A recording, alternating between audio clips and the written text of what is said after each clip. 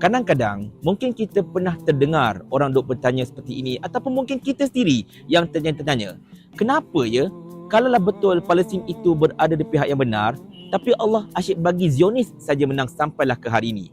Ataupun mungkin orang ni kan selalu melanggar hukum Allah, siap mempertikaikan Allah lagi, dia tu kafir sebagai contohnya. Kenapa Allah asyik bagi dia harta yang banyak, kekayaan, sedangkan kita yang taat pada perintah Allah ini, kita payah betul dapat kekayaan macam tu. Pernah tak tertanya soalan macam tu?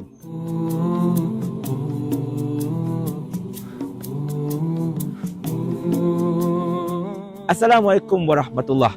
Seperti biasa, saya menampilkan video di hadapan Masjid Nabawi Asy-Syarif yang sangat-sangat luar biasa ini.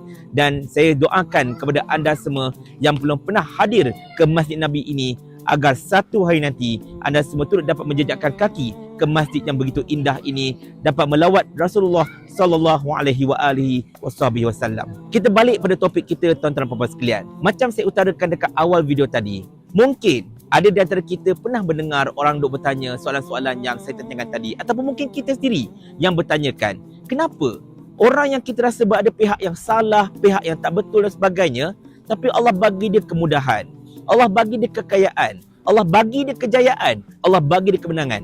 Sedangkan kita ini yang insya-Allah taat menjalankan perintah Allah, yang taat pada Rasulullah, yang sentiasa cuba untuk menjadi seorang Muslim yang baik, tetapi nak dapatkan rezeki macam tu, ya Allah punya siksanya lah. Hai, kadang-kadang rasa macam goyang juga, betul tak tuan-tuan sekalian? InsyaAllah dalam video ini saya akan cuba untuk menjawab persoalan ini secara ringkasnya. Dan walaupun saya tahu jawapan ini bukanlah satu jawapan yang mungkin tidak dapat menenangkan hati anda, tetapi sekurang-kurangnya kita tahu insya-Allah tentang hakikat sebenar rezeki yang Allah berikan kepada kita ini. Tuan-tuan dan puan-puan sekalian, semua ini berlaku dengan keizinan Allah SWT. Itu kita kena faham.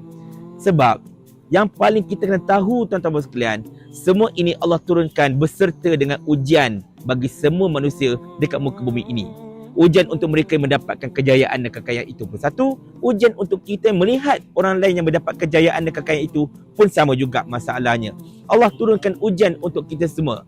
Kepada mereka ini, sebenarnya tuan-tuan sekalian, bagi orang yang orang kata apa, yang tidak taat pada Allah Ta'ala, yang ingkar pada perintah Allah, yang melakukan kemaksiatan, Allah berikan mereka rezeki yang banyak, tetapi rezeki itu datang dalam bentuk istidraj. Istidraj itu apa? Istidraj itu bila Allah dah tak nak tengok muka diorang, Allah menyampah dengan mereka, Allah dah benci, murka pada mereka ini, Allah berikan mereka dunia ini. Nah, kau ambil dunia ni, kau nak dunia sangat kan, kau ambil semua dunia ini, tapi jangan harap kau mendapatkan rahmat dan redha daripada aku. Dan itu yang paling kita takuti, tuan-tuan sekalian. Ya, mereka mendapat segala kekayaan dekat dunia ini, sebab dekat akhirat nanti mereka inilah yang menjadi orang yang paling rugi di antara orang-orang yang rugi dalam muka bumi ini sebenarnya. Sebab apa tahu? Sebab Allah berikan mereka kekayaan, Allah berikan mereka rezeki, Allah berikan mereka kejayaan, tetapi semua itu makin menjauhkan mereka daripada Allah Ta'ala.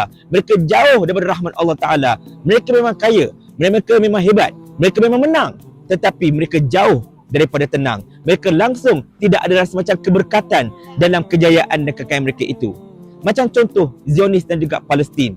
Ya, kita nampak Zionis ini sentiasa menang, Zionis sama sekarang menjajah Palestin, tetapi kita dapat lihat ketakutan yang bermain dalam fikiran mereka sampai mereka menjadi sangat-sangat fobia dan cuba untuk memastikan orang-orang Palestin ini dapat dilenyapkan langsung daripada muka bumi ini. Tapi sampai sekarang, walaupun sudah menghampiri 80 tahun, mereka langsung gagal untuk memastikan tidak ada langsung orang Palestin tinggal dekat bumi Gaza. Setiap kali mereka serang, mereka pasti akan mengalami satu keadaan yang merencatkan serangan mereka dan sebagainya. Dan kini kita dapat lihat satu dunia telah mula untuk menyatakan penentangan mereka terhadap kekejaman Zionis itu sendiri. Berbalik pada isu tentang orang-orang yang melakukan kemaksiatan, yang mendapat kekayaan dan sebagainya, ada di antara mereka yang mempertikaikan tentang kuasa rezeki itu daripada Allah Ta'ala. Ada di antara mereka yang duk pertikaikan, oh tak payah solat sunat pun dah dapat rezeki dan sebagainya. Ada yang kata feng shui yang membawa kekayaan. Ada pula transgender duduk dekat luar negara, kaya tuan-tuan. Mereka memang sangat-sangat kaya. Tetapi macam saya katakan tadi, itulah satu benda yang kita namakan sebagai istidraj sebenarnya. Di saat Allah telah melupakan mereka, Allah bagi mereka kekayaan, Allah bagi mereka dunia ini kerana dunia ini yang mereka kejar. Nah, kau ambil dunia kau kejar ini, tetapi akhirat nanti jangan harap kau mendapat keredaan dan keberkatan daripada aku.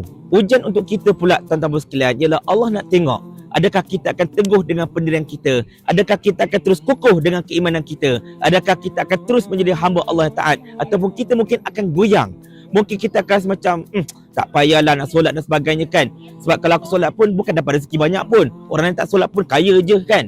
Inilah ujian Allah kepada kita tuan-tuan sekalian. Di mana kalau kita lulus ujian ini, insya-Allah taala kita akan mendapat natijah yang sangat-sangat luar biasa hebat di sisi Allah SWT. Dijanjikan syurga, dan syurga itulah sebaik-baik tempat untuk kita kembali dan duduk sampailah bila-bila tuan-tuan sekalian.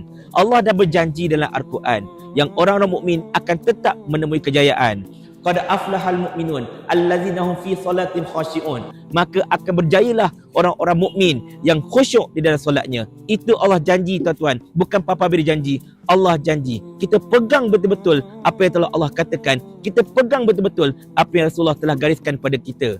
Ya, mungkin kita rasa macam kita mungkin tidak sekaya mereka. Kita rasa macam, wah, kita tak kaya macam mereka. Kita tak ada BMW, kita tak ada Mercedes, kita tidak ada banglo besar, kita tak boleh pergi terbang melancong setiap bulan. Tetapi insya-Allah kita doakan agar Allah memberikan kecukupan pada kita, dan mudah-mudahan harta yang Allah berikan pada kita itu tidak akan menjadi pemberat untuk menghalang kita daripada masuk ke dalam syurga Allah SWT. Jadi apa-apa pun tuan-tuan sekalian, yang paling penting sekali, kita jangan terus berhenti daripada menyampaikan kata-kata kebaikan kepada orang lain. Sebab kita tak tahu, mungkin ada di antara amal soleh yang kita lakukan itu merupakan satu pembuka kepada rezeki yang melimpah ruah untuk kita. Kita tak tahu, betul tak? Dan teruslah kita taat kepada Nabi SAW. Kita terus menjalankan segala ajaran-ajaran baginda, dan kita teruslah mencintai baginda. Kerana Allah telah berfirman dalam Al-Quran, Qul in kuntum tuhibbunallaha fattabi'uni yuhibbukumullah yaghfir lakum dzunubakum. Katakanlah, wahai Muhammad, jikalau kamu mengasihi Allah, maka kamu ikutlah aku, yakni Nabi Muhammad. Allah akan mengasihi kamu, dan Allah akan mengampunkan segala dosa-dosa kamu. Dan kepada mereka yang terus merasakan sombong dengan kejayaan dan kekayaan yang Allah berikan, walaupun mereka sentiasa melanggar perintah Allah Ta'ala, senang cerita tuan-tuan dan sekalian, jikalau anda yakin sangat anda begitu hebat, jikalau anda yakin sangat betapa Allah ini sentiasa memberikan kelebihan pada anda, satu soalan saja yang saya ingin tanyakan kepada anda. Ada berani? Mau tak tuan hamba kalau hamba kirimkan ke akhirat?